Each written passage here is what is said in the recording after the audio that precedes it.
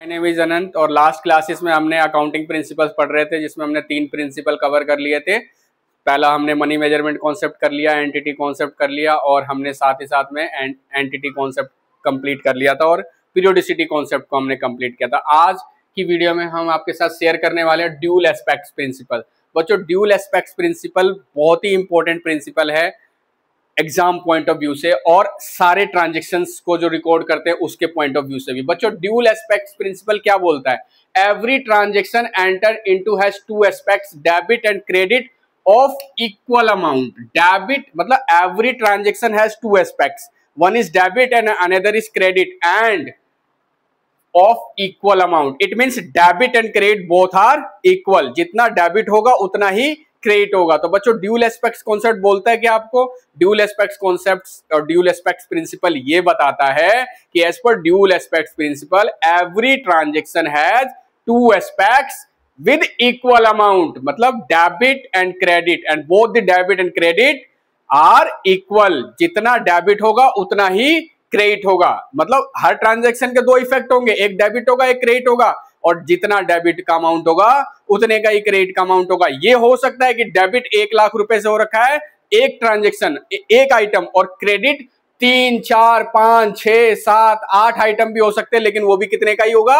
1 लाख। मतलब debit and credit दोनों equal होंगे, लेकिन आप ये ऐसा हो सकता है कि डेबिट में 1 आइटम आ रहा है और क्रेडिट में 4 आइटम आ रहे हैं, लेकिन चारों आइटम का टोटल कितना होगा? 1 लाख ही होगा। यही आपको ये कॉन्सेप्ट बताता है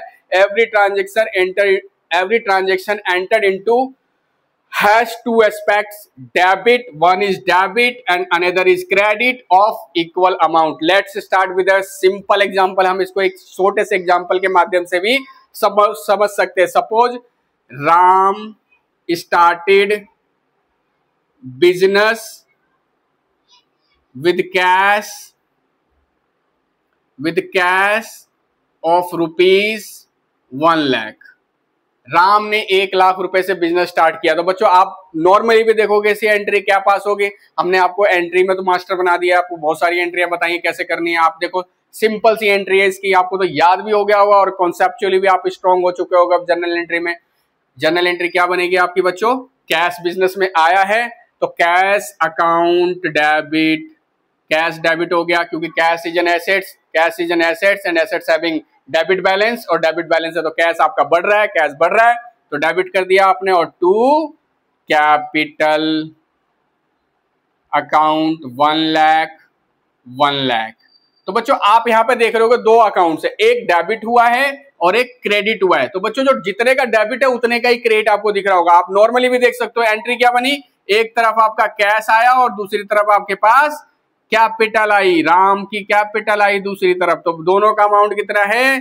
1 लाख इक्वल टू 1 लाख। बच्चों, तो सिंपल सा ट्रांजेक्शन है। ड्यूल एस्पेक्ट्स कॉन्सेप्ट को समझना बहुत इजी है। ड्यूल एस्पेक्ट्स कॉन्सेप्ट सीधी सी बात बोलता है कि हर ट्रांजेक्शन के दो इफेक्ट होंगे और अमाउंट इक्वल होगा। Every transaction has two aspects, one is debit and another is credit of equal amount.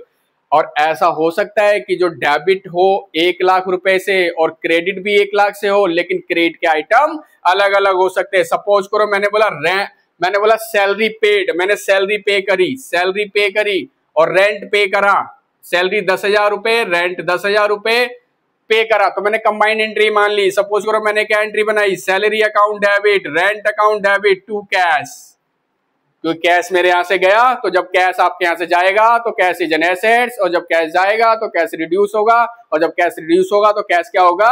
Credit. तो बच्चों, कैश में तो आपने लिख दिया 20,000, लेकिन आपने सैलरी में लिखा 10,000 और रेंट में लिखा 10,000। तो आप यहाँ पे देख रहे हो दो डेबिट हुए हैं और यहाँ पे एक ही क्रेडिट हुआ है। लेकिन बच्चों, जब ये दो डेबिट हुआ है ये क्रेडिट हुआ, लेकिन आपका कॉन्सेप्ट क्या बोलता है? Debit and credit. Her transaction के दो इफेक्ट हैं, डेबिट एंड क्रेडिट, और दोनों के अमाउंट इक्वल होने चाहिए। तो बच्चों, बहुत इंटरेस्टिंग था ये और आप हमारी वीडियो में हमारे साथ लगे रहने के लिए हमारे चैनल को टाइम टू टाइम सब्सक्राइब करते रहिए। हम साथ ही साथ आपको सारे कॉन्सेप्ट्स नेक्स्ट वीडियो में आपके साथ मोस्ट प्रोबेबली नेक्स्ट वीडियो तक हम ये आपका जो चैप्टर है अकाउंटिंग प्रिंसिपल का कंप्लीट कर देंगे और कमेंट बॉक्स हमारा खुला हुआ है। प्लीज आपसे रिक्वेस्ट है कि आप कमेंट बॉक्स में सजेशन भी देते रहिए, और अगर आपको पहले से कुछ पता है इस कॉन्सेप्ट के बारे में तो आप उसमें शेयर कर सकते हैं, उसमें कमेंट लिख सकते हैं, ताकि हम आपके कमेंट को पढ़ के आपको टाइम के हिसाब से आपको रिप्लाई देते रहें। धन्यवाद फ्रेंड।